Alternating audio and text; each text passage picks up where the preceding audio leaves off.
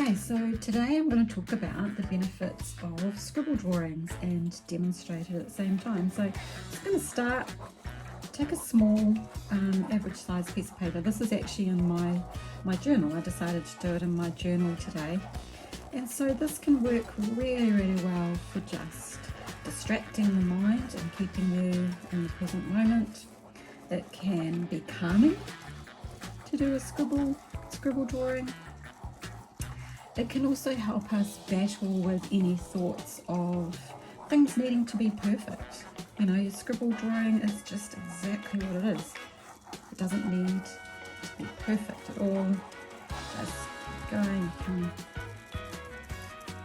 It's like a little tornado there, doesn't it? Drawing. I seem to like drawing tornadoes. It doesn't have to actually mean anything. But if you're feeling stressed and overwhelmed ever, just take some time to do a scribble drawing. You might be at work, might be on the train, you might be just, pondering life.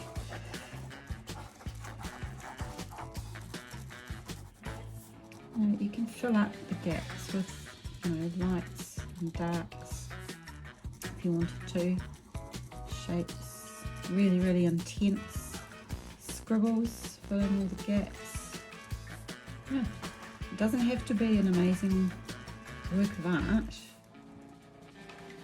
And you only need very, very simple. I'm doing this with just a pen and paper, blue pen and paper. You might like to, and I might demonstrate that another time, use colour, use different colours.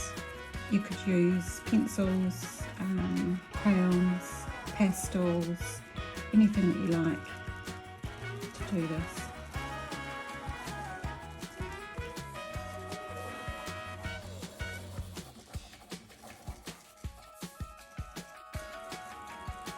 You don't want to be too analytical about it, just really letting yourself get into the flow.